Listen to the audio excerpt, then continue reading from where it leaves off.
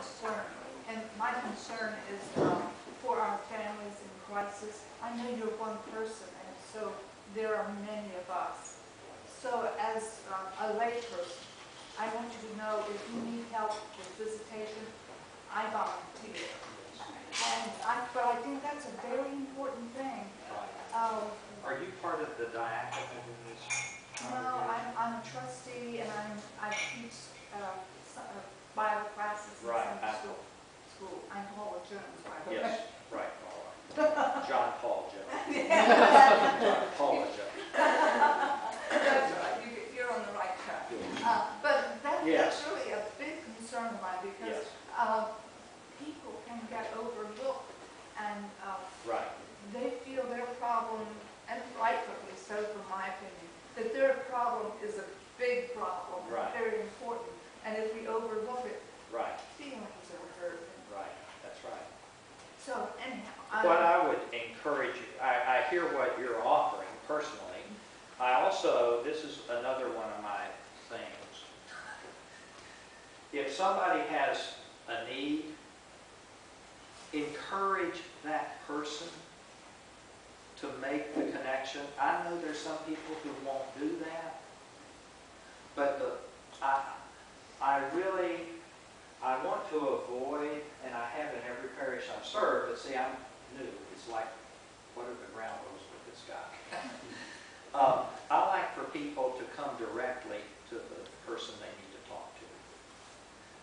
Don't send it by way of some third party. If you think I need to know something, use a way to tell me.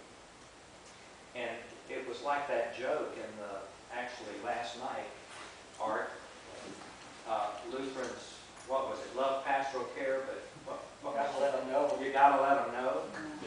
And we have, I think, a pretty good network in this congregation.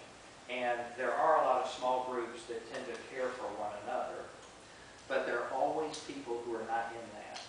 And I think, Paula, that's part of what you're talking about. I am here for pastoral care.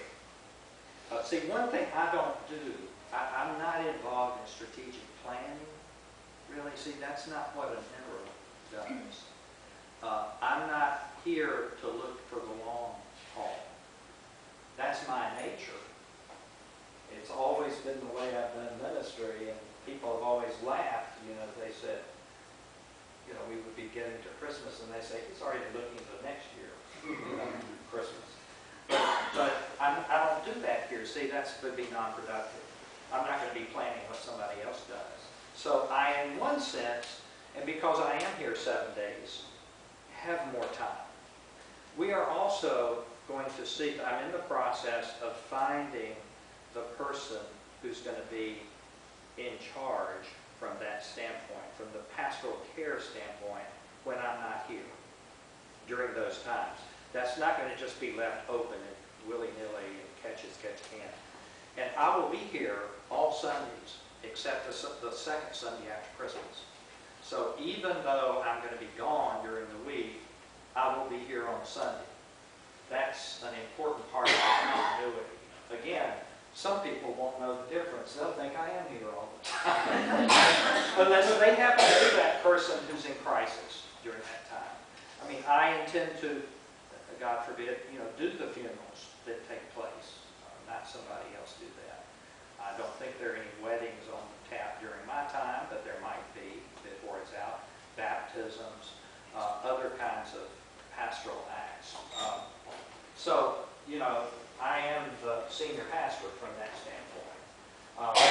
I also have already a lot of other help that's been mentioned. And I've talked with the leader of the diaconate group as well as to how they might be interfaced. So, help us from missing somebody. If the person's not in any condition to let their own situation be known, obviously share it with Peggy is the best way for me. I told Peggy I've not had this kind of an executive secretary since I was bishop.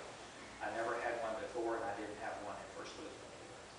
So that is a total blessing to me and to you. But I also, I was used to keeping my own calendar, and so everything went through me. But she is the contact, and that's good because then that will go beyond me. Say that she was here before, she was here after. The Lord gives and the Lord takes away, but Peggy's always involved.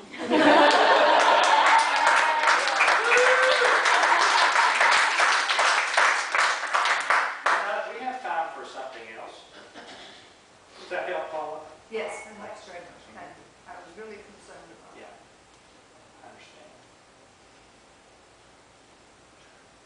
Can you tell us something about yourself? I saw in the video you have kids. Yes, Wife is yeah. down in North Carolina, you're saying? Right. I was born in Rocky Mount and grew up in Asheville, elementary and junior high. My dad was pastor there. Then we moved to Texas for a couple of years. He was a fish out of water, wanted to get back into the Carolinas. So he took a call at Trinity Greenville and was there 22 years until he retired. He was an outstanding pastor, sought out by lots of folks for just unofficial kind of counseling. He wasn't the kind of person who was elected to things. He was extremely outspoken and extremely liked. But you didn't ask my dad anything if you didn't want the grades. Oftentimes he offered it whether you asked him or not. But I love him dearly. To this day, I can still sense his presence. I was built more like my mother, and he was built like a hefty. His arms were twice the size of mine, round, and loved to garden.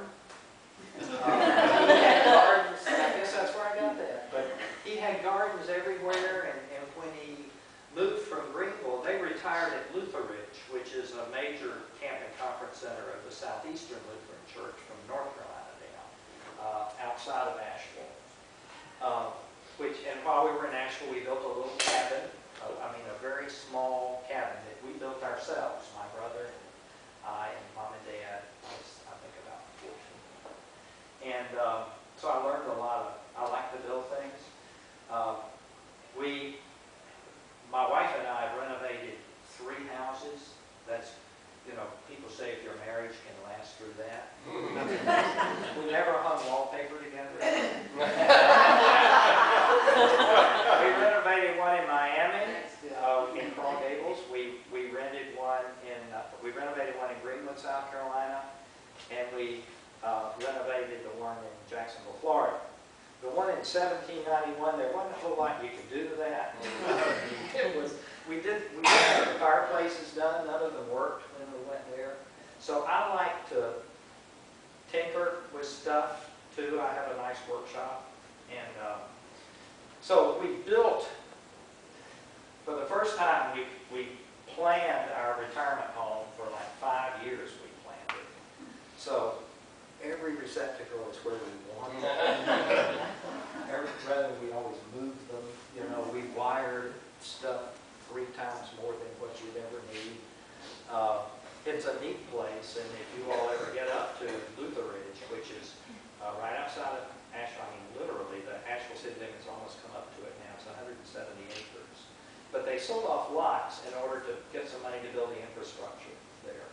And so that's what we built on, and then we were able to buy the last lot on the lot. So we still have the old house, and my father-in-law lives in it. Since his wife died, my wife's an only child, Carla is.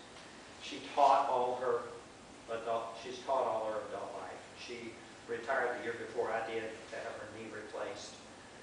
That's all going well.